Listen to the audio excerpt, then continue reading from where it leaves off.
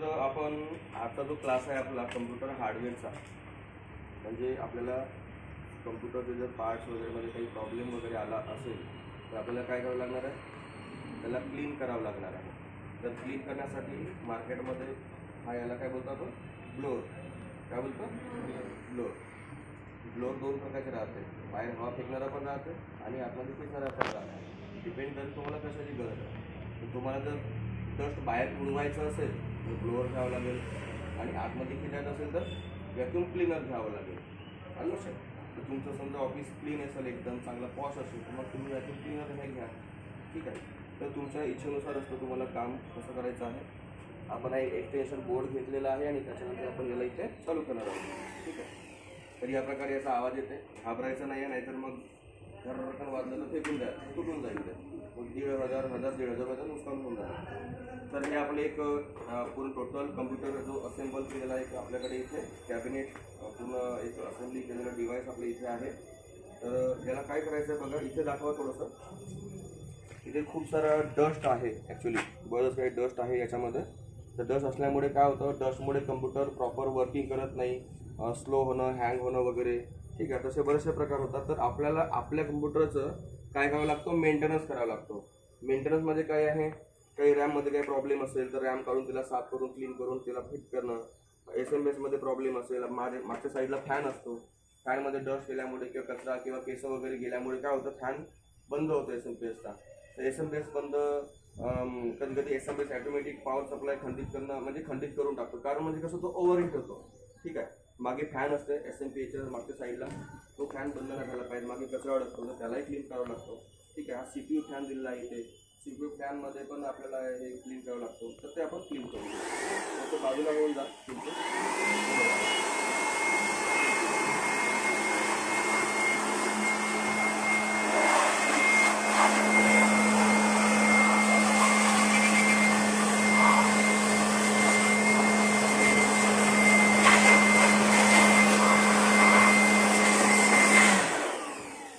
ब्लोअरला थोडंसं थांबवून द्यायचं. ब्लोअर खूप जास्त क्वालिटीचे राहत नाही, आपण ओव्हरहीट होते आणि जास्त कंटिन्यू चालवल्यामुळे ब्लोअर उडतो, खराब होऊन जातो, वाइंडिंग जळते. ठीक आहे. त्याचं ब्रेक द्यायचं, म्हणजे 2 वर्ष जास्त चालेल. ठीक आहे.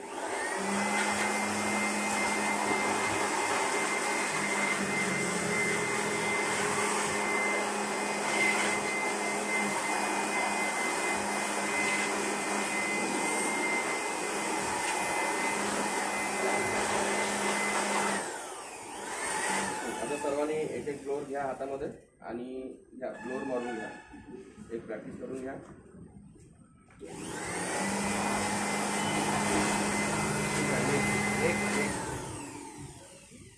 चला घ्या.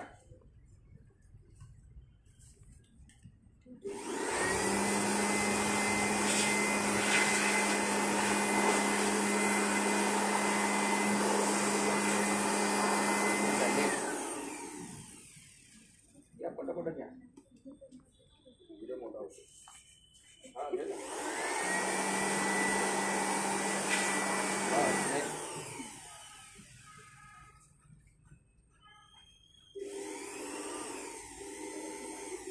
बटनाला नाही काय करायचं. ठीक आहे. बटन दाबायचं.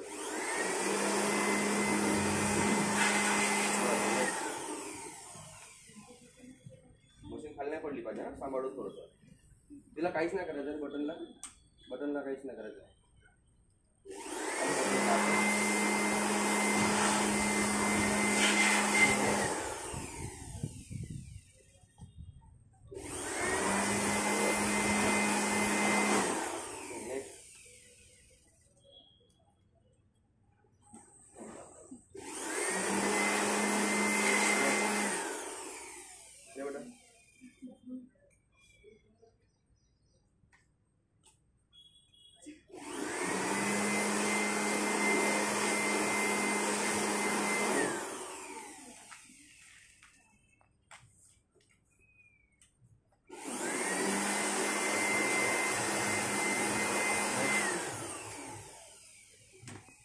सोडायचं नाही, खाली नाही पडली पाहिजे, काळजी घ्या.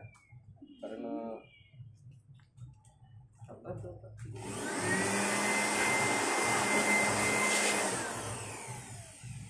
नेक्स्ट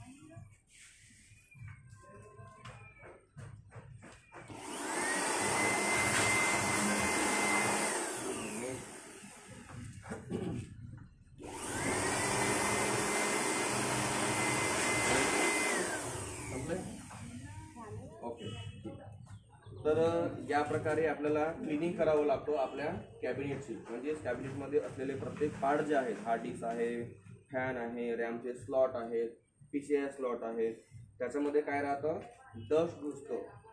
आणि डस्ट घुसल्यावर आता पावसाळा आहे, पावसाळ्यामध्ये कसं नमी राहते, बरोबर आहे. अजून ऊन निघाली का मॉइश्चर तयार होते. तर त्यामुळे काय होतं, जे कॅपॅसिटर्स आहे, डायोड्स आहेत, जे काही छोट्या मोठ्या IC आहे याच्यामध्ये मदरबोर्डमध्ये लागलेले, त्याच्यामध्ये जो डस्ट आहे ना, तो आतमध्ये घुसत तर नाही पण बाजूबाजूला असतं.